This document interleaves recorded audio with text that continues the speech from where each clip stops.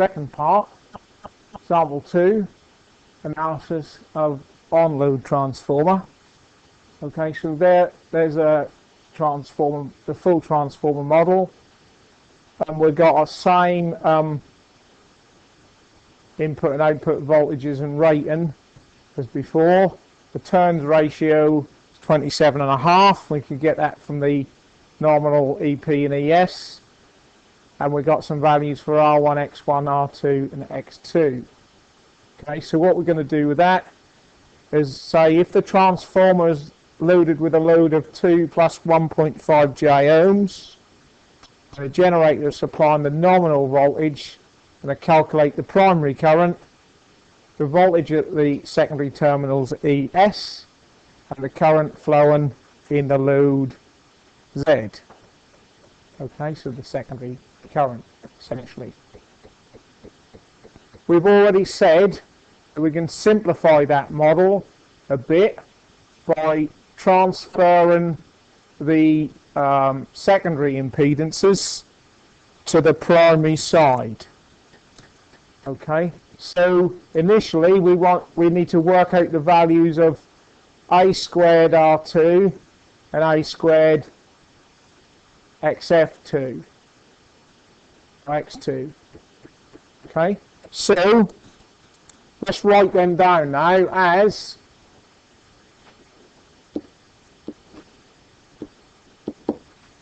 what we got.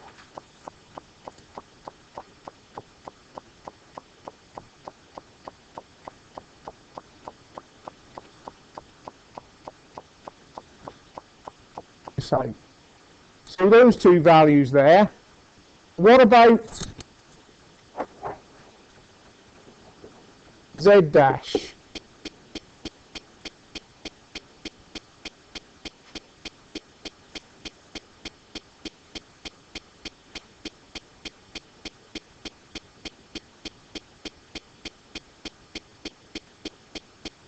That's going to be A squared times Z, we'll call it ZL in fact, that's 27 squared times what?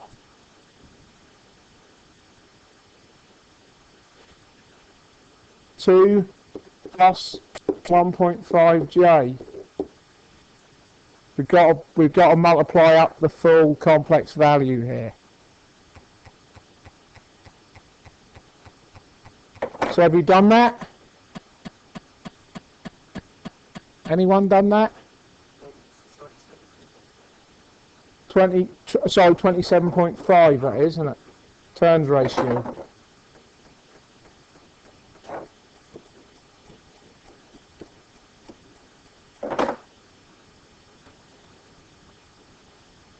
Okay, so the result of that is transferring that to primary side, we get 1513 plus 1134 J ohms. Might well be useful at this stage just to convert that as well, so we've got that impedance in both polar and rectangular forms in case we want it in that.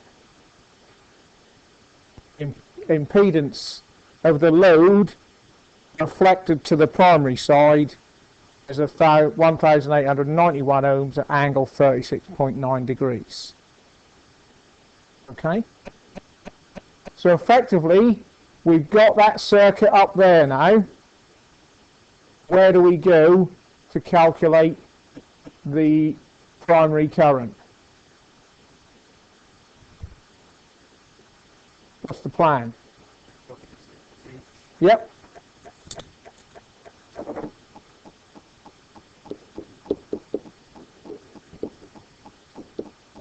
Find ZT.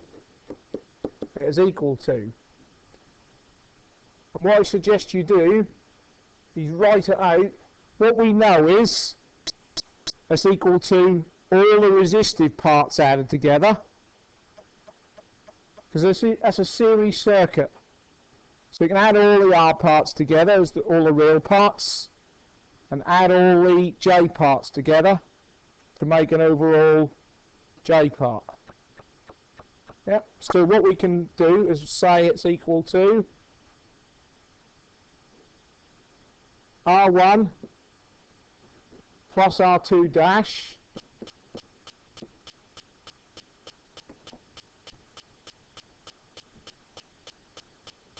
yep,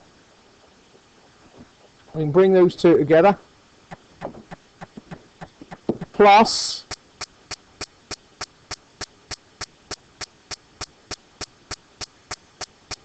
ZL dash, and we got a resistive component in that. So these two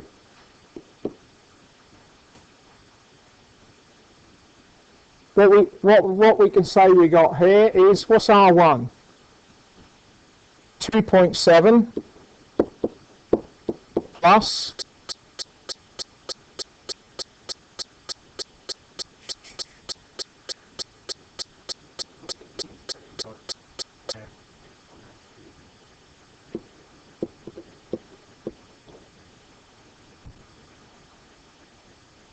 yeah, hang on, let's just take a step, plus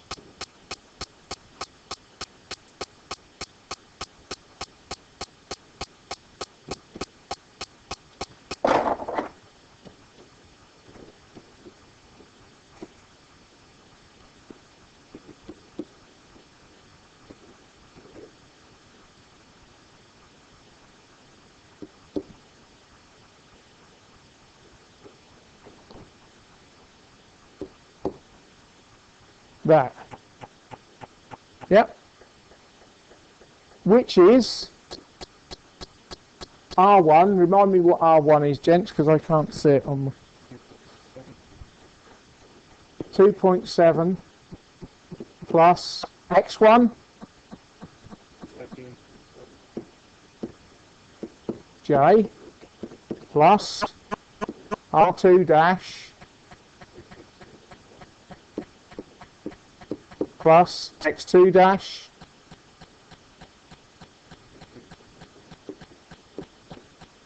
J plus, and then ZL was 1513 plus 1134 J.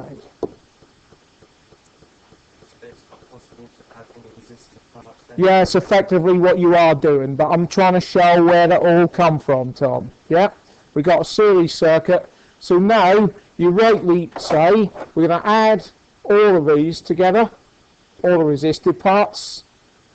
We're going to add all the reactive parts together to form one complex impedance for the whole thing.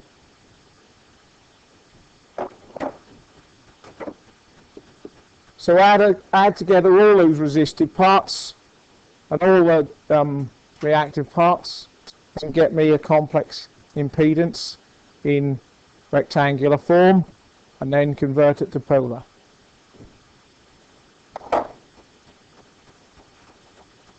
So that's the result I got for that. 1519 plus 1163 J ohms, which converts to 1913 ohms at angle 37.4 degrees. And now we can calculate our current, can we not? From, therefore, IP is equal to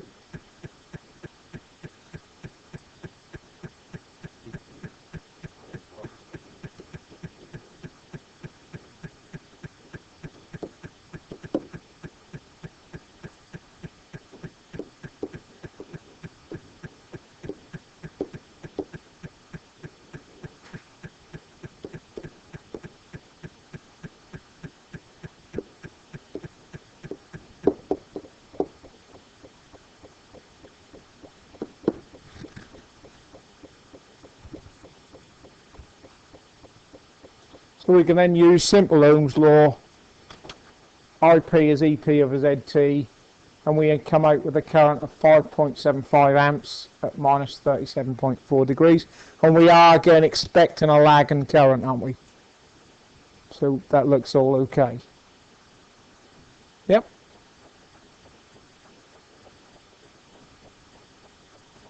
Right, so having done that analysis, we now know we got 5.75 amps angle minus 37 degrees flowing in the primary. Okay, and that is taken into consideration the R1 and the X. This here is a combination of R1, R2 dash, X1 and X2 dash. That's what that is there. We don't need to separate them anymore because all we're interested in is this voltage here, because that's what you're asked to find, the voltage at the secondary terminals ES, and we want to know the real current flowing in that load when it's on the secondary side, which we can find easily if we find E2, the real E2, not E2 dash. So what we can do here now is what, Luke?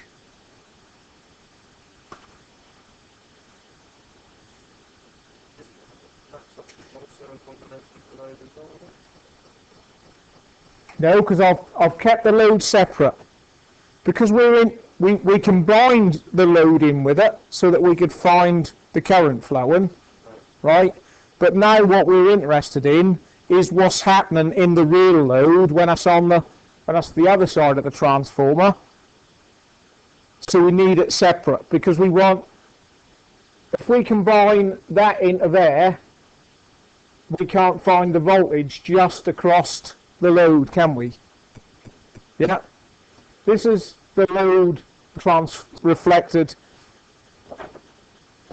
This is the load reflected to the primary side.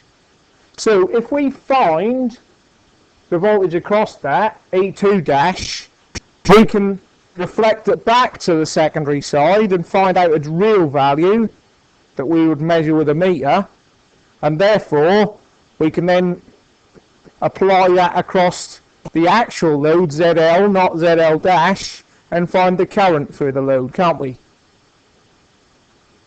Yes or no? Remember us doing that? So if we can find this value, we can reflect it back over the other side, and then we can use that value to find the actual secondary current. Okay? Well, there's two options there really. We can find the actual secondary current by multiplying that value by A. So there's two ways to find that. Don't really matter which one we use. We can try both, can't we? Yep. So how do I find E2 dash now?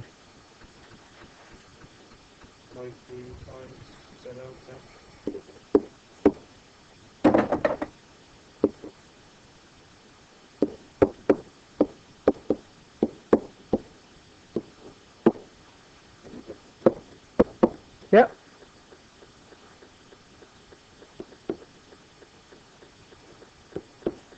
.75 angle minus 37.4. I'm going to multiply that by 1981 angle 36.9 degrees.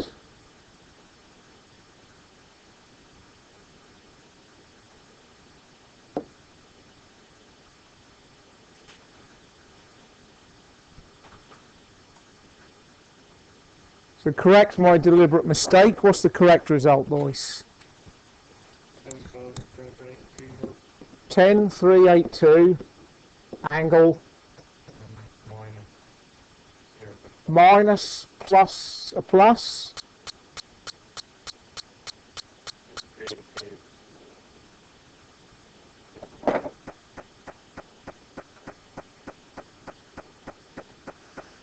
So we get an E2 dash equal to 10,948 volts, angle minus 0.5 degrees.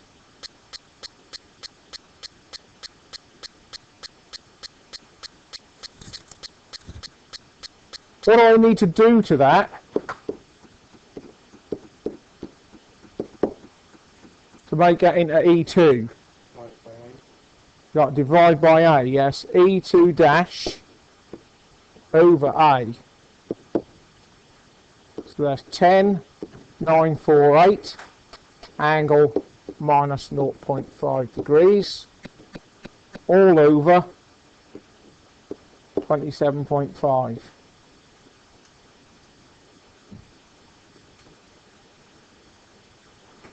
Equals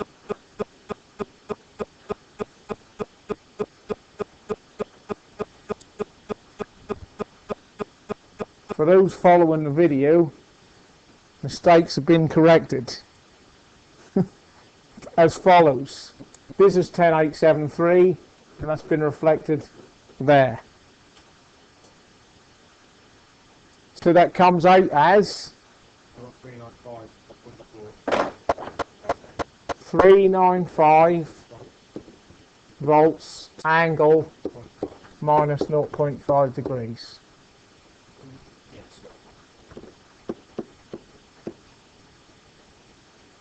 Yep. And then we can get C I2 is equal to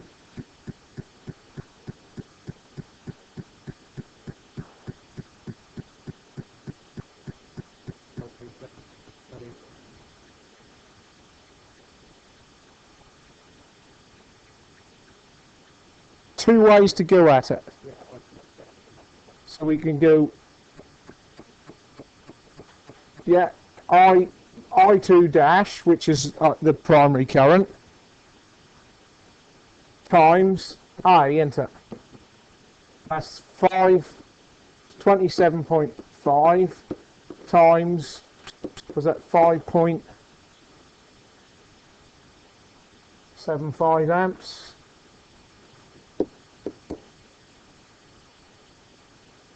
Angle minus 37.4.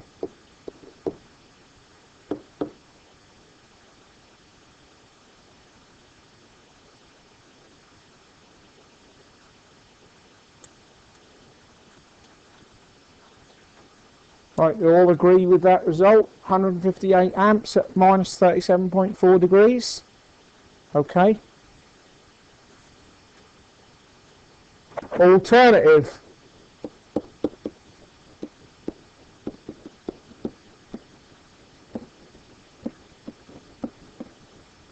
For I2 is that we could do I2 is E2 over ZL. Yeah, it's 395 angle minus 0.5 degrees over the original Z in rectangular form was 2 plus 1.5J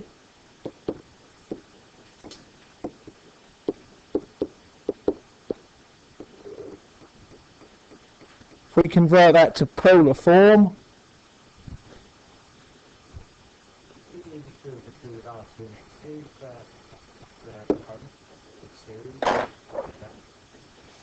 hang on.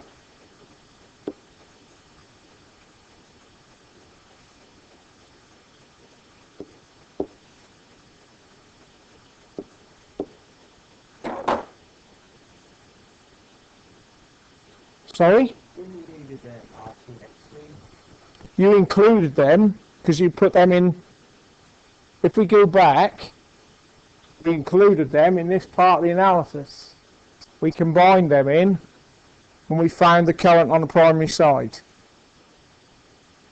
Yep. We're finding that voltage via the primary current. Yeah. Okay. Do you follow that now?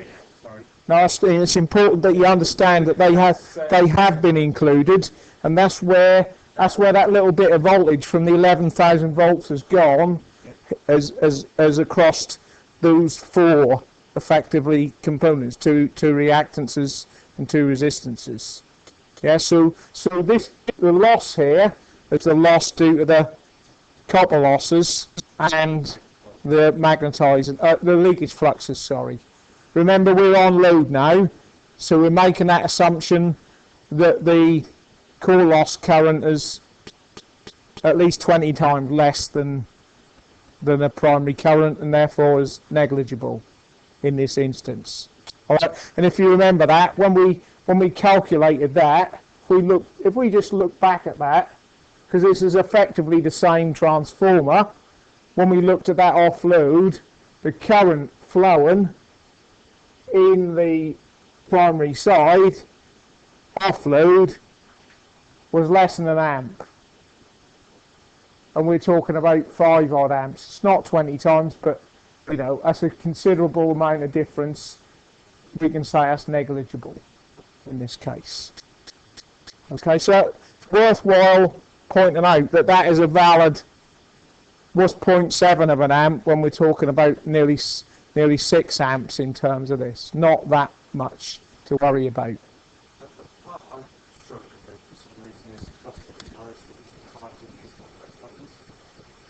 Yeah, when it comes to, like you've got the board there, where you've got your 5.75 and then minus 7.4 times that.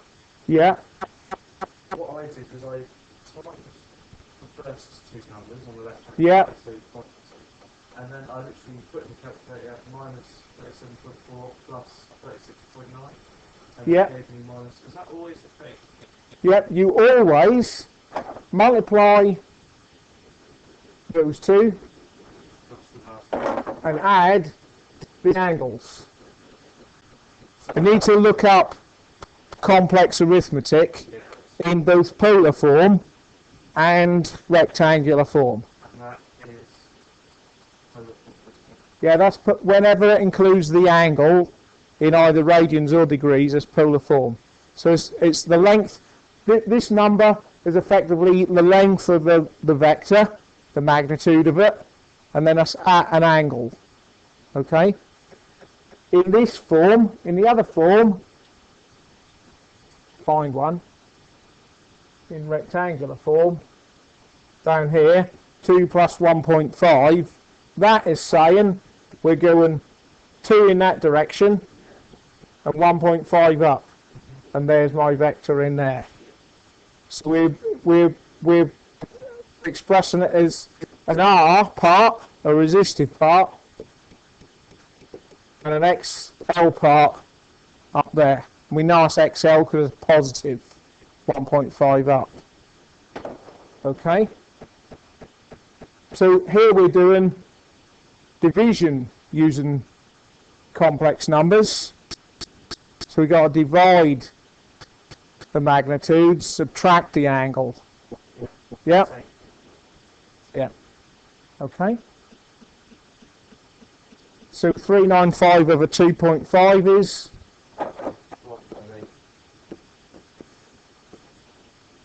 Amps, angle, minus 0.5, minus 36.9, which is exactly the same as what we got up there. Had my fingers crossed. Alright? So either way we got the same result. That means one is a useful check of the other. If you've slipped up somewhere, writing a number down wrong, punching a number in the calculator wrong, doing that check, doing the alternative method quickly, will just make sure you're gone right. Also, are we expecting a lagging current? Yes, we are. Inductive load. Okay?